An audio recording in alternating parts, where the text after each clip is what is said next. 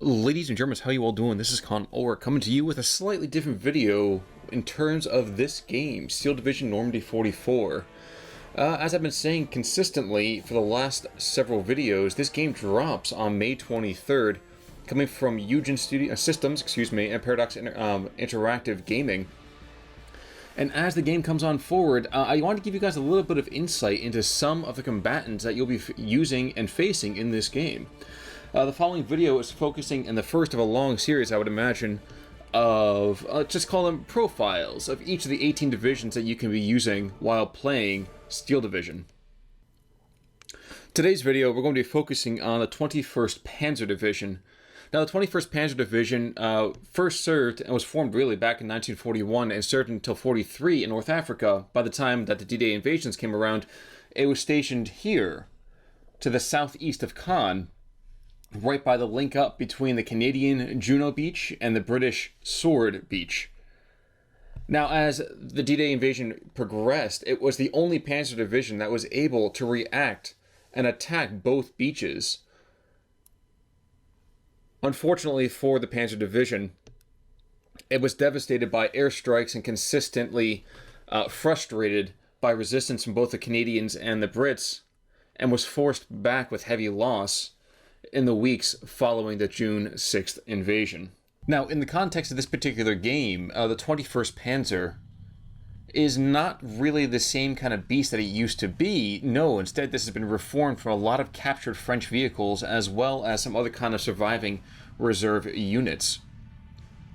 And it doesn't mean that it has any less amount of early game fighting power. Indeed, in Phase A, it's very, very strong. You can see with tons of veterancy in terms of its recon units, some very, very sterling kind of armored vehicles early on. These 231s and 233s are great opportunities to come out and seize areas, although it does tend to drop off a little bit later. Now, fighting against the 21st Panzer, you should be ready to be facing a lot of very, very mobile troops. Now, in terms of speaking about their armor, the reason that you want to be playing these guys, very, very early on, like I said, you see a lot of these captured French tanks kind of coming on in.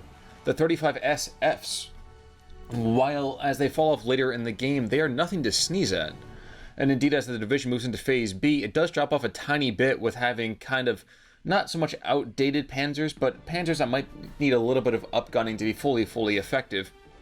But don't let that fool you, because in the late game, they do have access to Königstigas, and these things by themselves can change the course of an entire battle. Now, as far as anti-tank goes, we continue the whole pattern of having strong early game anti-tank presence. 50mm Pak 38s, got P-Shreks inside these half-tracks, and a couple of self-propelled guns, as well as the dreaded Pak 43 88. Though this kind of falls off a little bit into Phase B, the Martyrs do give them a nice strong stopgap measure until you get to the late game upgun Martyrs and some 75mm Pak 40s. Artillery, not surprising, this can be pretty much standard against most German divisions. Kind of have some mortar half-tracks early on. We have these kind of, let's call them German versions of the Katyusha rocket platform. I definitely see this happening an awful lot. Finally, considering the fact that this group was pretty much devastated in 41 to 43, you'll see that their air game is a little bit light, having to depend on very outdated Junkers and a couple of very lonely Me-109s. But as you go later on into the game, in Phase B, their air power, while everything else takes a slight drop-off, it does get a lot more powerful here with Focke-Wulf 190s, Me-109s with ground assault capability, and a Junker 88, a slight upgun on the predecessor in the 87.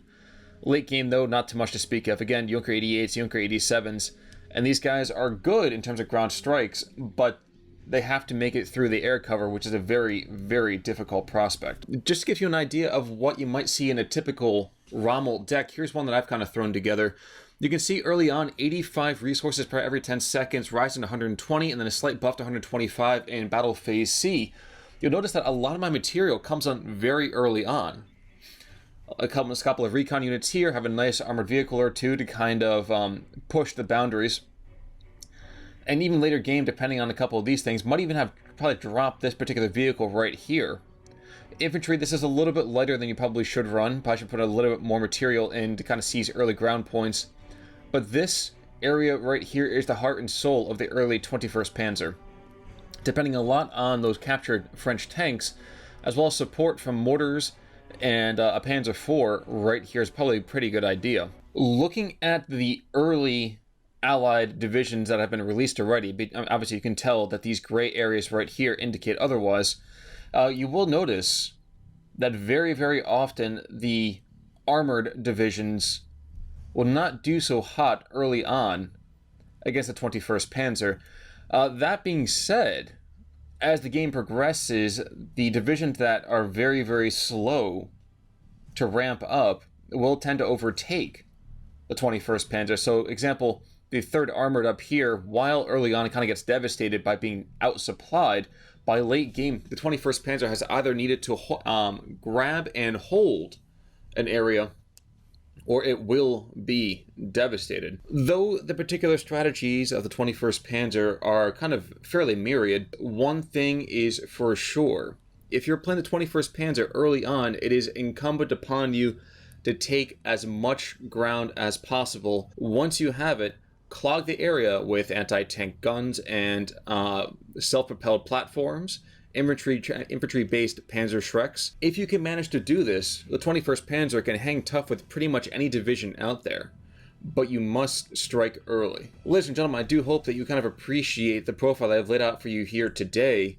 Like I said, this game's going to be dropping with 18 divisions, of which we only have seen half as of right now. If you like what you've seen here, please let me know in the comments below. If you have different thoughts, I want to hear those, please. If you haven't subscribed already, hit that button. If you like the video, hit that button too. If you dislike it, well, let's talk about that another time. We'll figure out a way to get you to like these videos instead. But for right now, this is going to be Con O'Rourke signing off. See you guys out in the battlefield. Take it easy.